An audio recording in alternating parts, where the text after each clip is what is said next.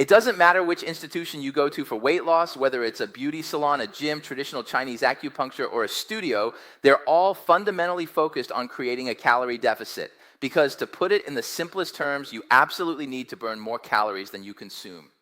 Only then is it possible for you to successfully shed those extra pounds. So if you add up everything you eat and drink in a day, the total calories must be less than your basal metabolic rate plus your activity expenditure. Only then can you lose weight. If you want to build muscle, you must have a calorie surplus. That's the only way you can gain muscle. If you burn more calories than you take in, it's very difficult to gain muscle. But let me give you two options. The first is to eat less, so your calorie intake is less than your expenditure. Will you lose weight this way? Yes, you will definitely lose weight. The second option is to eat more, but burn even more calories than you consume.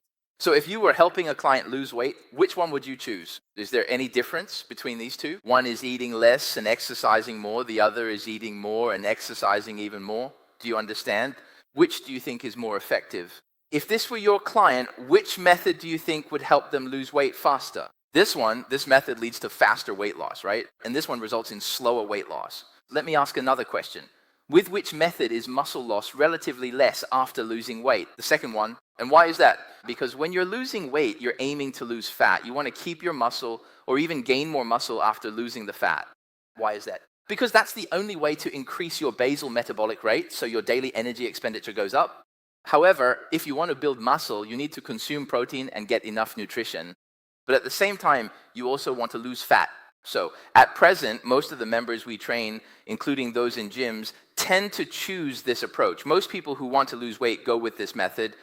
But actually, this method isn't very effective. The biggest drawback is that you can't increase your training intensity.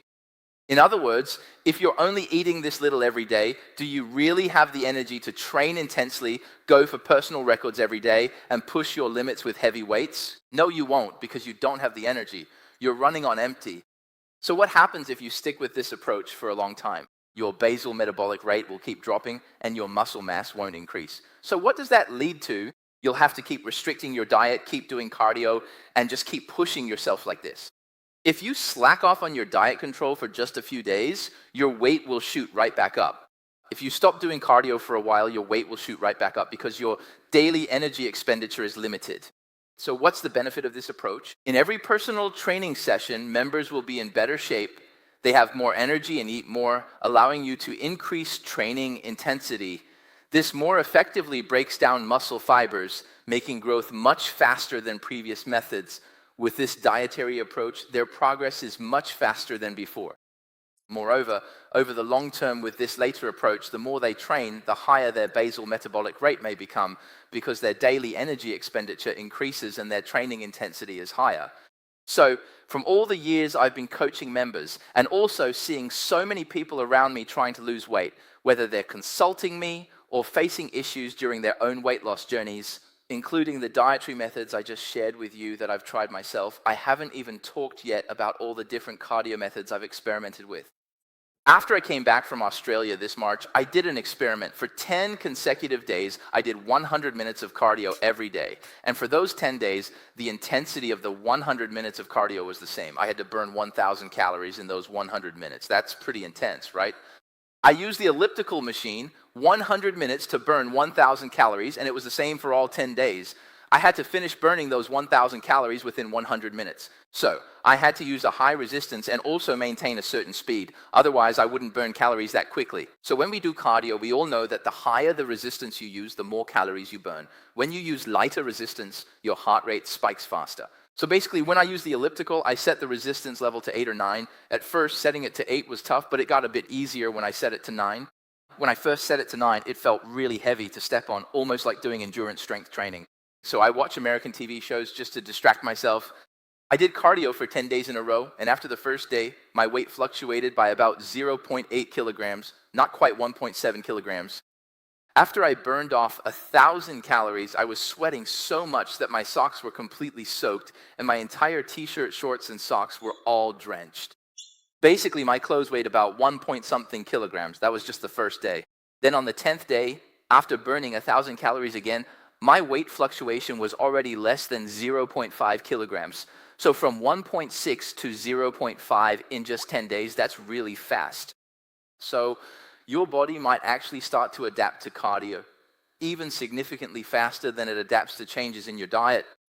Do you understand what I mean by that? So for those who rely on controlling their calorie intake every day and don't want their weight to go up, in the end, this is why even though you do cardio every day or do aerobics every day, your weight doesn't really change much anymore. It's because your body has already adapted to this level of cardio, and this intensity of cardio no longer has much of a fat burning effect for you. So after I tried that in March, it's now already August, almost 5 months, and I haven't done a single session of cardio. Also, when I was losing weight, during the first 50 pounds I lost, I didn't do any cardio at all. All of our coaches can vouch for this. I never do cardio. Why? Because it's already hard enough for me to squeeze out some time to lift weights. If I only have an hour, I will definitely choose weightlifting over cardio. If I only have an hour to work out, I will definitely choose weightlifting, not cardio. However, for a new member who has just joined and has a relatively high starting weight, say over 100 kilograms, the fastest way to lose weight is cardio. Cardio is what will make the weight drop the quickest. But if we look at it from a long-term perspective, the advantages of cardio are completely different from those of weightlifting. My recommendation is this: if your client wants to lose fat, don't have them starve themselves until their stomach is touching their back and still expect them to work out. That approach is very inefficient. It is easy to damage their metabolism, so it won't recover, plus they will likely rebound afterwards. Third, their cortisol levels will be especially high and they'll be very unhappy. Fourth, there will inevitably come a day when he can't keep it up anymore. Once he can no longer stick with it and returns to his original lifestyle, he'll rebound and he'll gain even more weight than before because his basal metabolism has already dropped lower than it was before he came to you for weight loss. Therefore, when choosing a diet and training plan that suits you for weight loss, the first thing is that it should make you happy.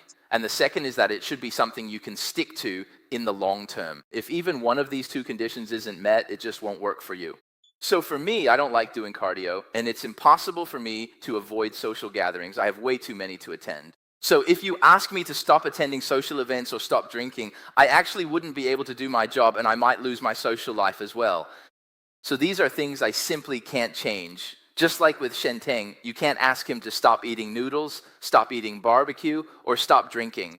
So he tried many different methods, and in the end, I recommended something that was suitable for him. All right, what I want to tell everyone here is this: don't be too strict with members about controlling their calorie intake. You can find ways to help them increase their energy expenditure, but don't make their calorie intake too restrictive right from the start. If you're too strict, the member will easily give up because they'll feel that life becomes meaningless. I don't know if there are people like this among your members, those who work out just so they can eat what they like. Are there, right? They train hard just so they can eat whatever they want. I have a group of members like this. If you try to sell them training and tell them they can't eat this or that or restrict their food, I often take my members for ice cream, pizza, and drinks. Many are my drinking buddies because that makes it fun. When you're unhappy, cortisol levels stay high. With cortisol so elevated, it breaks down muscle and synthesizes fat daily. How can you lose weight like that?